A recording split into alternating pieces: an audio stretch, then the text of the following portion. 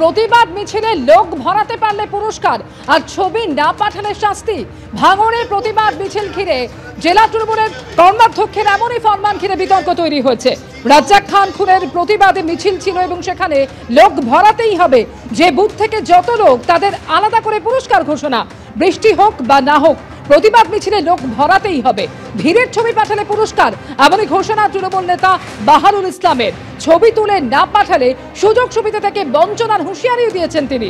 তৃণমূল নেতা খুনের প্রতিবাদ মিছিলে হুঁশিয়ারি বাহারুল ইসলামের।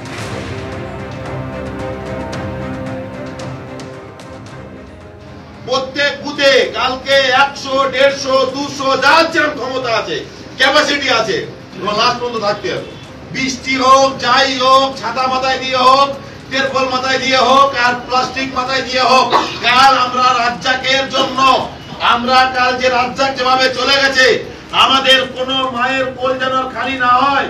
এদিকে রিন্টু আছে, মুজিদ ভাই আছে, তাহের ভাই আছে, এই পার্টির সমস্ত মেম্বারদেরকে সাথে নিয়ে এরা এই 15-16টা বুথ আছে, এই 15-16টা বুথ এরা দায়িত্ব নিয়ে বের করবে। তাদের আমি আলাদা করে প্রাইজ দেবো।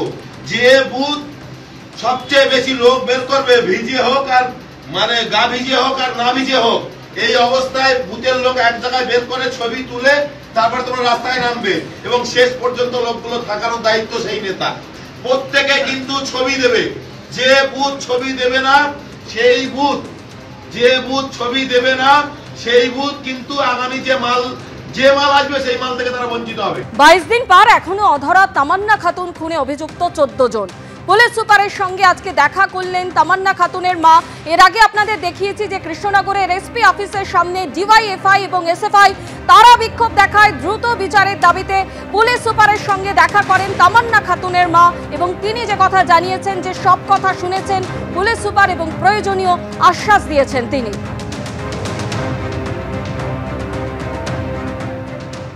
এতদিন হয়ে যাচ্ছে আসামি ধরা হচ্ছে না, ওই জন্য আমি এসপির সঙ্গে জানিয়ে আসলাম সব আমার আরো যে সমস্যাগুলো ছিল সেগুলোও জানিয়ে আসলাম। এখন পর্যন্ত যে সমস্যা ওরা তৈরি করছে, ওদের গাউলের ফ্যামিলি বাড়িতে আছে, তো ওরা যেসব সমস্যা তৈরি করছে সেগুলো এসপির কাছে জানাতে এসেছিলাম, জানিয়ে আসলাম। কি কথা বলেন? উনি দেখবেন, উনি বললেন নিশ্চিন্ত থাকতে, উনি দেখবেন, উনি সম্পূর্ণটা দেখবেন। উনি আরো ভালো করে আমার কাছে সমস্যাটা শুনলেন, উনি বললেন আমি সম্পূর্ণটা দেখব, আমার যা যা সমস্যা আছে উনি সব কিছু দেখবেন। উনি বললেন সাধারণ মানুষের তো কাজ যে পুলিশের উপরে ভরসা রাখা, উনি এসপি উনি ভরসা দিলেন।